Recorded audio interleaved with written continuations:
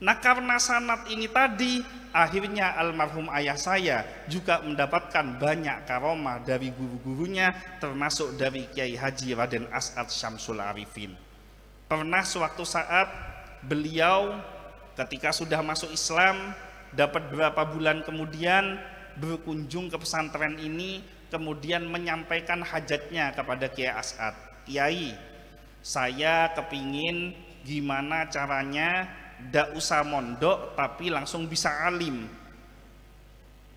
Kiai As'ad menjawab, mana ada nak ndak mondok bisa alim, di mana-mana kalau kepingin alim ya belajar ya mondok. Ayah saya menjawab, masalahnya saya masuk Islam sudah tua Kiai. Ayah saya masuk Islam usia 31 tahun, sudah punya anak, sudah punya istri, ada tanggung jawab menafkahi anak dan istri. Kalau saya mondok, bagaimana bagaimana istri dan anak saya? Nah, Kiai As'ad tidak menjawab, tapi beliau tersenyum. Berapa bulan kemudian, Kiai As'ad ini hadir di daerah Lombok di Bondowoso. Ada satu desa namanya Lombok. Nah, ayah saya ini setiap dengar Kiai As'ad hadir, asal tidak punya kepentingan yang mendesak, walaupun tidak diundang, beliau akan hadir untuk ikut mengaji kepada Kiai As'ad. Enak-enaknya Kiai As'ad memberikan ceramah tausiah, tiba-tiba beliau berdiri, kemudian menunjuk ayah saya yang duduk di pojokan belakang, kemudian mengatakan, "Cong, dinak ben, ngak lengaan, saling noleh, ini siapa yang dipanggil? Beun secena dinak, kamu yang Cina itu kesini." Akhirnya jelas ayah saya satu-satunya yang Cina waktu itu berdiri. Begitu sudah mendekat kepada Kiai As'ad, pada waktu itu Kiai As'ad ini diberikan gelas, ada minum, ditempati sama gelas es. Ini dibuka, kemudian Kiai As'ad ini meludahi gelasnya. Dan ketika meludahi tidak nanggung-nanggung, bukan satu kali tapi 3 kali. Dan ludah yang ketiga ini dikeluarkan beserta kerak tenggorokannya, sehingga ada riak dari Kiai As'ad. Enom cong pabi. Nah anehnya almarhum ayah saya itu orangnya jijian, tapi ketika megang gelas yang diberikan oleh Kiai As'ad, di mana di dalamnya ada ludahnya Kiai As'ad, tanpa muncul ada perasaan jijik, diminum air ini seketika sampai habis. Nah setelah habis, Kiai As'ad berdiri, ayah saya ditarik, didudukkan di kursi tersebut, mic-nya ini dikasihkan ke ayah saya. Kemudian Kiai As'ad mengatakan, "Petros cong, engkok molea, mic ini dipegang."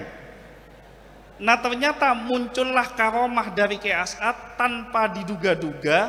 Ayah saya seketika itu langsung bisa memberikan tausiah. Ini sekedar pengumuman karena orangnya sudah wafat. Ayah saya sampai wafat itu tidak bisa membaca Al-Quran. Jadi dikasih Al-Quran suruh baca itu tidak bisa.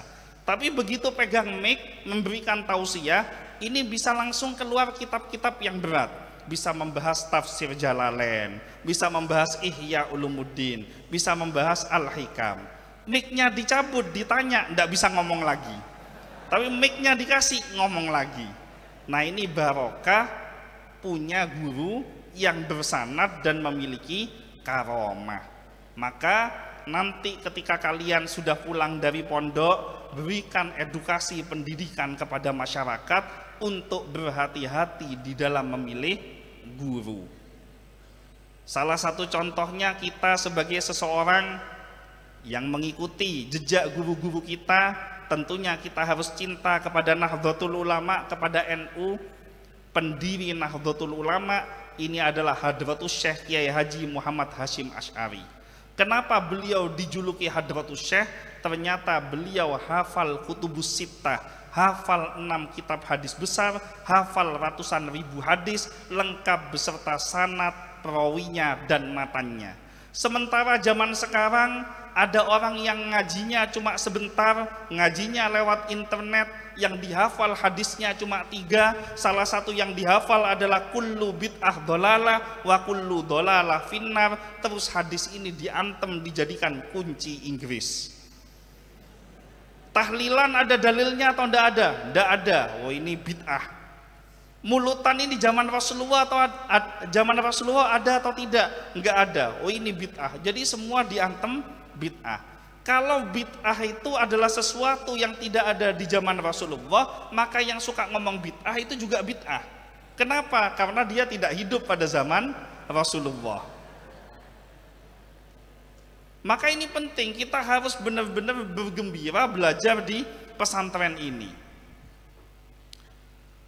Ketika kita ngaji, kita akan tahu bagaimana ijtihad ulama kita, di mana ulama zaman dahulu ketika memasukkan nilai-nilai keislaman itu tidak menghapuskan budaya. Seperti saya memberikan contoh yang paling gampang, sebenarnya ini tidak perlu diajarin dalil semua. Santri itu tidak perlu diajarin dalil karena sudah ngerti dalil. Tapi saya cuma sekedar cerita tentang menghadapi masyarakat yang radikal ini tadi. Suatu saat ada orang datang mengatakan bahwa tahlilan itu bid'ah. Saya sampaikan bahwa tahlilan itu adalah tradisi yang dibangun oleh ulama masa lampau, di mana pada zaman dahulu ada salah satu wali songo yang namanya Sunan Kalijogo.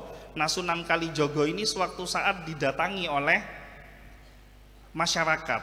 Kanjeng Sunan, saya kebetulan habis kepaten, keluarga saya baru saja meninggal. Nah, kebiasaan masyarakat pada waktu itu kalau ada yang meninggal, masak nasinya dibungkus daun, ditaruh di perempatan jalan, ditaruh di pojokan rumah. Nah, kenapa kok ditaruh di perempatan jalan dan ditaruh di pojokan rumah? Jawabannya adalah kepingin buang sengkolo. Sengkolo itu maksudnya sial.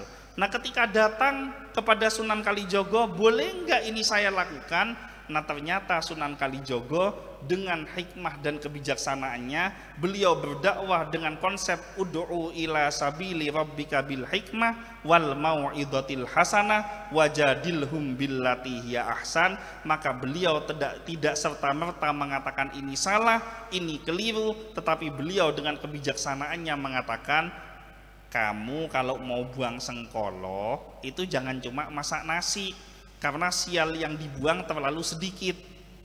Nah, terus gimana Kanjeng Sunan? Kamu sembelih sapi, sembelih kambing. Supaya apa? Supaya sial yang dibuang ini semakin besar. Secara pikiran orang zaman dulu dipikir-pikir ini masuk akal. Akhirnya mereka nyembelih sapi, nyembelih kambing, bikin sate, bikin gulai, bikin rawon dan lain sebagainya. Begitu makanan sudah matang, menghadap kepada Sunan Kalijogo. Kanjeng Sunan, ini makanannya sudah matang, mau ditaruh di pojokan rumah yang mana, mau ditaruh di perempatan jalan yang mana? Nah, kemudian Sunan Kalijogo mengatakan, sejak kapan perempatan jalan sama pojokan rumah makan sate gulai?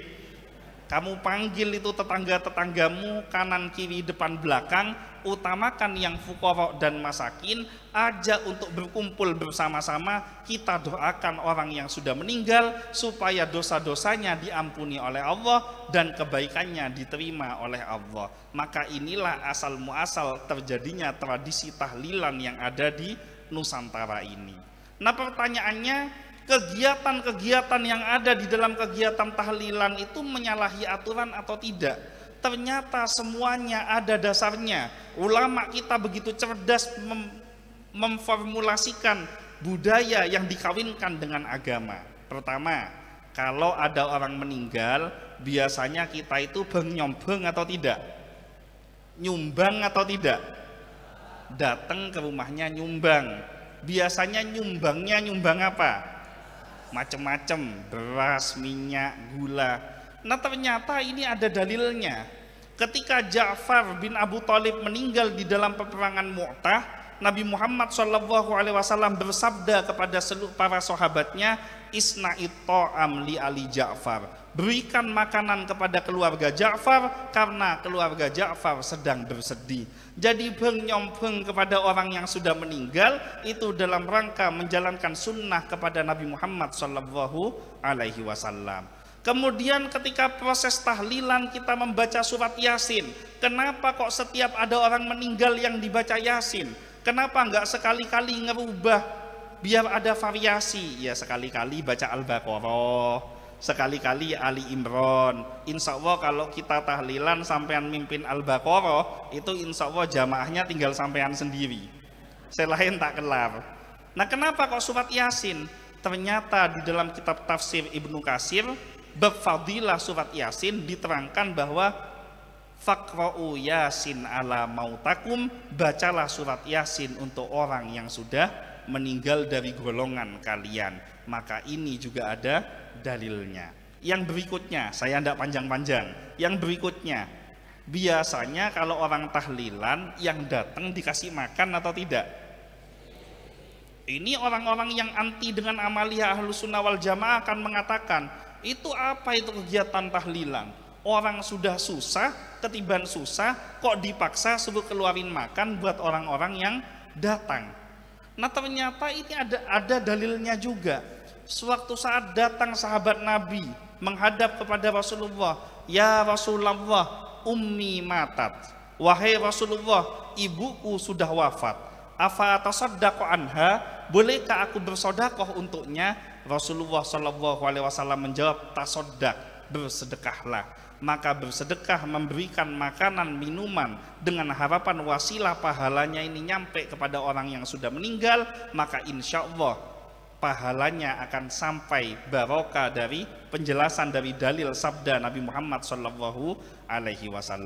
Maka kalian tidak usah khawatir, mondok di pesantren ini gurunya sudah tepat, kiainya sudah tepat, ustadznya sudah tepat, dan semuanya bisa dijadikan rujukan dalil. Karena zaman sekarang ini kita harus hati-hati di dalam memilih guru. Kiai itu ada dua macam, ada kiai kanan, ada kiai kiri. Tahu bedanya kiai kanan dan kiai kiri? Kiai kanan itu mon maca kitab dari kanan ke kacer. Kiai kiri kalau baca kitab dari kiri ke kanan, alias Quran terjemahan, alias bahasa Indonesia. Nah, karena bacanya dari kiri ke kanan, akhirnya ilmunya salbut, kiainya salbut, santrinya salbut, akhirnya semua jadi ikut rusak, salbut. Nah, ini terakhir penutup. Karena saya bukan kiai, bisanya cuma cerita. Ini ada satu cerita. Sampean mau dengar nggak cerita saya? Saya khawatir, saya ngelihat jam ini sudah hampir jam 11 malam. Takok ketondu. Karena pernah memberikan tausiah pas waktu haul. Karena haul yang dibahas bab kematian. Ada satu jamaah ini duk nonduk. Saya pikir, oh ini mungkin tersentuh dengan ceramah saya. Makanya sampai duk nonduk. Nah, begitu saya perhatikan lagi yang namanya sarung ini basah. Pikiran saya, oh ini mungkin dia ingat, khawatir dengan dosa-dosanya, takut meninggal di saat yang tidak tepat. Nah, setelah saya teliti, ternyata yang nyap-cap cuma satu. Jadi orang ini ajailen benih nangis karena tidur. Jadi perhatikan temennya pas